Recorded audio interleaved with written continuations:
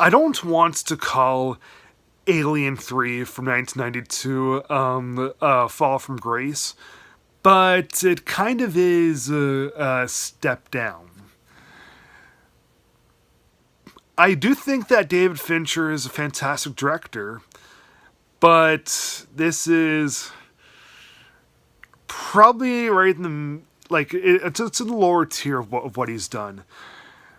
I mean, he's done great films. He's done Fight Club and The Social Network and The Curious Case of Benjamin Button and Gone Girl. So he's and Seven. He's done some really great films. But when you look at Alien 3 and you see the two films that came before it, plus you look at David Fincher's other masterworks, and you wonder,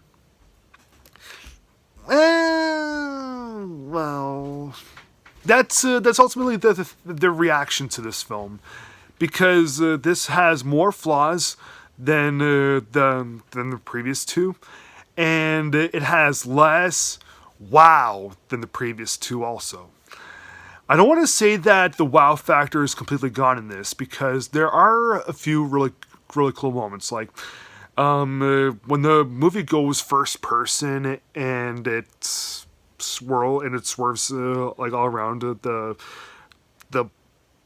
spaceship and the planet. That's pretty cool stuff.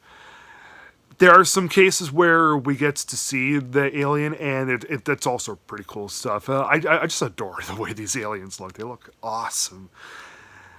But here are some flaws, okay? Let's start off with the story. So, once again, Ellen Ripley is the sole survivor of her ship. Michael Biehn and the little girl from the aliens are dead. Big spoiler, obviously. And when Ripley reawakens, she's on this planet, and it's taken over. Well, it's not really taken over, but it happens to be inhabited by prisoners. It's pretty much a prison planet. If I'm wrong, if it's not an entire planet that's being inhabited by prisoners, just goes to show how memorable it is if I've forgotten.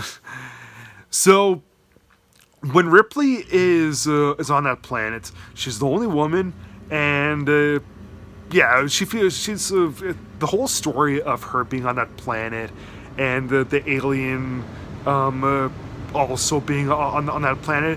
It does make sense, but it just kind of feels a little bit out of place, and a little bit derivative also, a little bit derivative.